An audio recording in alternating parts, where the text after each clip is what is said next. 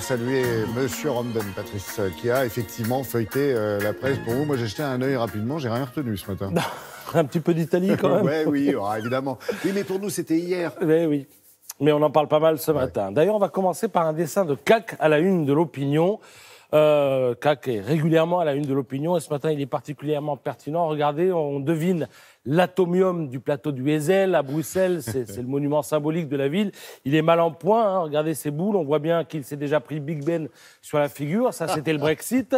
On sent bien que la tour de Pise penche dangereusement dans sa direction et que l'accident ne va pas tarder. Un pis-aller, ça s'appelle. Et ça, c'est pour les élections italiennes.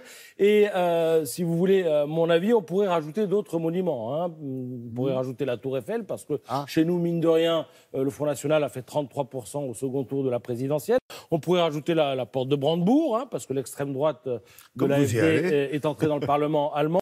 On pourrait rajouter, je sais pas moi, le pont Charles de Prague, les bains de Budapest, le château de Schönbrunn de Vienne, la vieille ville de Varsovie, éventuellement une piste cyclable d'Amsterdam, hein, parce que c'est tout cela que l'Europe est en train de prendre pleine face, comme nous l'explique avec limpidité Laure Mandeville dans Le Figaro. C'est le rejet, dit-elle, du multiculturalisme qui s'exprime, c'est le diktat de Bruxelles qui fait figure de repoussoir. Et de ce point de vue, eh bien, la continuité est évidente avec les humeurs que l'on retrouve partout en Europe, de la Grande-Bretagne aux Pays-Bas, en passant par la Hongrie, la Pologne, la Tchéquie ou l'Autriche. Voilà, vous l'avez compris, ce qui inquiète la presse ce matin, eh bien, c'est le résultat des élections italiennes où les populistes du mouvement 5 étoiles et la Ligue d'extrême droite, eh bien, ont réalisé des percées historiques qui les autorisent à revendiquer le pouvoir. Alors évidemment, il ne faut pas se tromper, hein, parce que si certains journaux titrent sur une Italie désormais ingouvernable, une Italie dans l'impasse, une Italie où tout ne serait que désastre,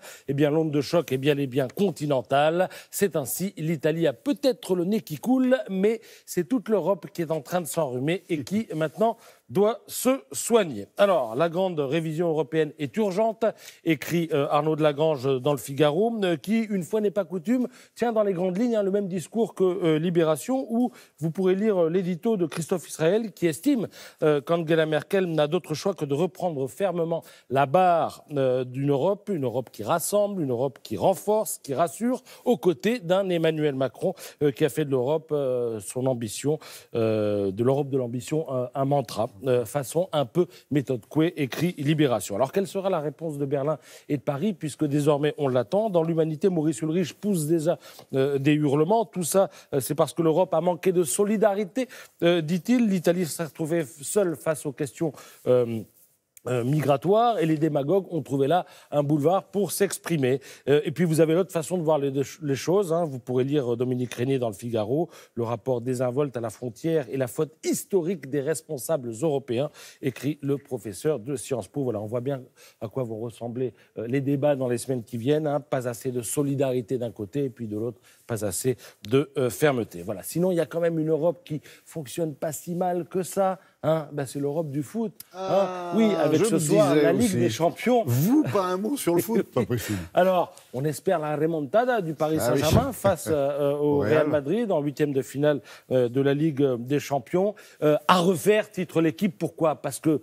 les plus anciens se le rappellent, mais en 93, le Real avait gagné 3-1 à l'aller et le PSG avait gagné 4-1 au retour. On a vu Comboiré, l'auteur du 4e but. On a vu, regardez, à la une de l'équipe, il avait marqué une tête que personne n'a oubliée. Voilà. Alors ce soir, ce sera sans Neymar. Et je dirais que le PSG gagne ou perde, on aura toujours les mêmes discours, à savoir que Neymar aura surtout servi jusque-là, et ce pour 222 millions d'euros, à battre le SCO d'Angers. D'accord. Et bien, du côté de Guingamp, donc on regardera ce qui se passe ce soir. Merci beaucoup, Patrice.